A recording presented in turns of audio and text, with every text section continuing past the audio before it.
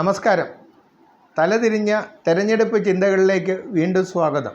24 ദിവസങ്ങൾക്ക് മുമ്പ് ഒരു വീഡിയോയിൽ ആലപ്പുഴയിലെ ആ ദിവസത്തെ രാഷ്ട്രീയ നില ഞാൻ ഏറെക്കുറെ കൃത്യമായി പറഞ്ഞിരുന്നു. 3 മുന്നണികളും 20-24 ദിവസം കാടിളക്കി പ്രചരണം നടത്തിയിരിക്കുന്നു അവിടെ. അതിൻ്റെ ഫലമായി ആളുകളുടെ മനസ്സിൽ മാറ്റം സംഭവിച്ചിട്ടുണ്ട്. അവരുടെ മനസ്സിൽ സ്ഥാനാർത്ഥികളോടുള്ള താല്പര്യത്തിലും മാറ്റം വന്നിരിക്കുന്നു. 24 ദിവസം മുമ്പ് ഞാൻ പറഞ്ഞ ഏകദേശം കണക്ക് ഒന്നുകൂടി ഓർമ്മിപ്പിക്കാം.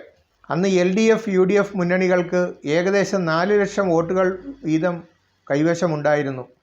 NDA മുന്നണിക്ക് 2 ലക്ഷത്തിനടുത്ത് വോട്ടുകളും.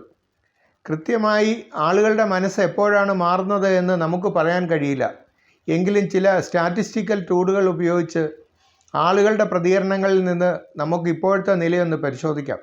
കരുനാഗപ്പള്ളി മുതൽ അരൂർ വരെയുള്ള ആളുകളോട് സംസാരിച്ചു. 3 മുന്നണിക്കാരോടും സംസാരിക്കുമ്പോൾ ഏറെക്കുറെ ആ പ്രദേശത്തിൻ്റെ രാഷ്ട്രീയ നില നമുക്ക് മനസ്സിലാക്കാൻ കഴിയും. തുടക്കത്തിൽ ഉണ്ടായിരുന്ന വോട്ടർ ചിന്താഗതി KC വേണുഗോപാൽ ജയിക്കും എന്നതായിരുന്നു. അതിനൊരു കാരണവുമുണ്ട്. ആലപ്പുഴയിലെ മീഡിയ മുഴുവൻ KC വേണുഗോപാലിനോട് താല്പര്യമുള്ളവരാണ്. ഒരു രാഷ്ട്രീയ നേതാവ് എന്നോട് ഒരു തമാശ കൂടി പറഞ്ഞു. മുമ്പ് KC മന്ത്രിയായിരുന്ന കാലത്ത് ഓരോ വർഷവും ആലപ്പുഴയിലെ പത്രലേഖകരെ ടൂർ കൊണ്ടുപോകുമായിരുന്നു.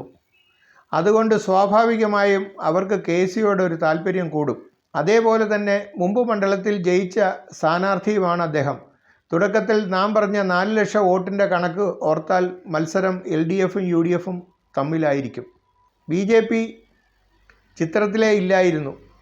എന്നാൽ 24 ദിവസം കൊണ്ട് ശോഭാ സുരേന്ദ്രൻ തനിക്കറിയാവുന്ന രീതിയിൽ മണ്ഡലത്തിൽ ഒരു വലിയ കൊടുങ്കാറ്റിന് കാരണമായിട്ടുണ്ട്. ഞാൻ പല സർവേകളും നിരീക്ഷിച്ചിരുന്നു. ഓരോ സർവേക്കാർക്കും അവരുടേതായ രാഷ്ട്രീയപരവും സംഘടനാപരവുമായ പരിമിതി കാരണം കൃത്യമായ ജനഹിത പരിശോധന നടത്താൻ കഴിഞ്ഞിട്ടില്ല.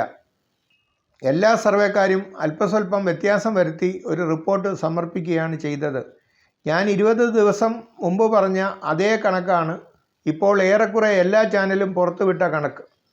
20 ദിവസം മുമ്പത്തെ അവസ്ഥ ഇപ്പോഴത്തേതെന്ന് നമ്മെ പറഞ്ഞു പറ്റിക്കുന്നു സർവേക്കാർ. സർവേകളെ വിശ്വസിക്കാതിരിക്കാൻ ഏറ്റവും പ്രധാനപ്പെട്ട ഒരു കാരണമാണിത്. ഇപ്പോൾ മണ്ഡലത്തിലെ എല്ലാ വോട്ടർമാരും സമ്മതിക്കുന്ന ഒരു കാര്യമുണ്ട്.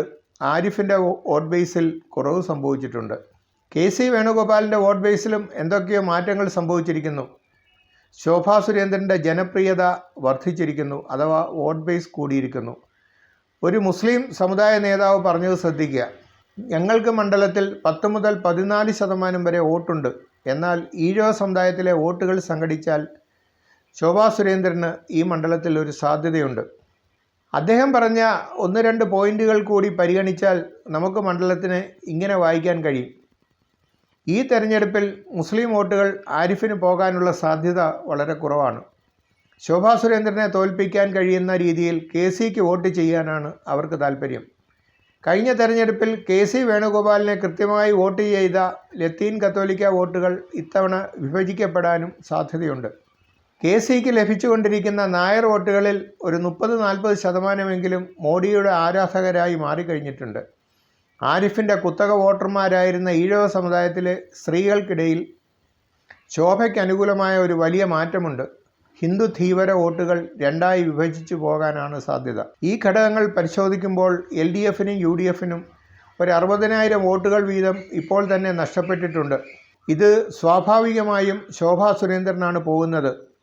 ഏറ്റവും പുതിയതായി കേട്ട ഒരു സർവേയിൽ KCക്കും ആരിഫിനും 34%, ശോഭാ സുരേന്ദ്രന് 24%മാണ് വോട്ടുകൾ പറയുന്നത്. ഈ കണക്ക് നമ്മെ ബോധ്യപ്പെടുത്താൻ അവർ പറയുന്ന ഒരു ന്യായം 8% വോട്ടുകൾ സ്വതന്ത്രർക്ക് പോകും എന്നാണ്. ആ കണക്കുകളും തട്ടിക്കൂട്ട് കണക്കുകളാണ്. കാരണം ഇത്ര ശക്തമായ ത്രികോണ മത്സരം നടക്കുമ്പോൾ ഈ 3 സ്ഥാനാർത്ഥികൾക്കപ്പുറം വോട്ടർമാർക്ക് ചിന്തിക്കാൻ മറ്റൊരു സ്ഥാനാർത്ഥി മാത്രമേ ഉള്ളൂ. അത് നോട്ടയാണ്. ഈ 3 പേരോടും താല്പര്യമില്ലാത്തവർ നോട്ടയ്ക്ക് മാത്രമേ വോട്ട് ചെയ്യുകയുള്ളൂ.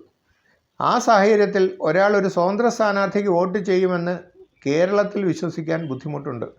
ഈ കണക്കുകളൊക്കെ പരിഗണിക്കുമ്പോൾ ശോഭാ സുരേന്ദ്രൻ നേടുന്നത് ഏറെക്കുറെ 3,10,000 വോട്ടുകളായിരിക്കും ഇപ്പോൾ. അതായത് 29-30% വോട്ടുകൾ. മറ്റു 2 സ്ഥാനാർത്ഥികൾക്കും 3,40,000 വോട്ടുകൾ നേടാനും ചാൻസ് ഉണ്ട്. ഇതിലും മാറ്റം വരാം. അതായത് ശോഭാ സുരേന്ദ്രൻ സ്ട്രൈക്കിംഗ് ഡിസ്റ്റൻസിൽ എത്തിയിരിക്കുന്നു എന്ന് പറയാം. എന്താണ് സ്ട്രൈക്കിംഗ് ഡിസ്റ്റൻസ്? യുദ്ധമുന്നണിയിൽ നമുക്ക് എതിരെ ഒരു സൈന്യം വരുന്നു എന്ന് കരുതുക. നമ്മുടെ എതിരാളികൾ നമ്മുടെ തോക്കിൻ്റെ റേഞ്ചിന് മുമ്പിൽ വരുമ്പോൾ മാത്രമേ വെടിവെക്കാൻ അനുവാദമുള്ളൂ. അല്ലാത്ത പക്ഷം നമുക്ക് വെടിയുണ്ടകൾ നഷ്ടപ്പെടുകയും നമ്മുടെ സ്ഥാനം എതിരാളി മനസ്സിലാക്കുകയും ചെയ്യും. അപ്പോൾ നാം തോൽപ്പിക്കപ്പെടാൻ സാധ്യതയുള്ള അവസ്ഥയിലെത്തും. എന്നാൽ നമ്മുടെ തോക്കിൻ്റെ റേഞ്ചിൻ്റെ മുമ്പിൽ അവർ വന്നാൽ നമുക്കവരെ വെടിവെച്ച് വീഴ്ത്താൻ കഴിയും. തെരഞ്ഞെടുപ്പിന് 5 ദിവസം മാത്രം നിലനിൽക്കുന്ന ഈ അവസ്ഥയിൽ യുദ്ധഭാഷയിൽ പറഞ്ഞാൽ ഒരു ഫൈനൽ അസോൾട്ട് അല്ലെങ്കിൽ അന്തിമ ആക്രമണം നടത്താൻ ശോഭാ സുരേന്ദ്രന് ഇപ്പം കഴിയും.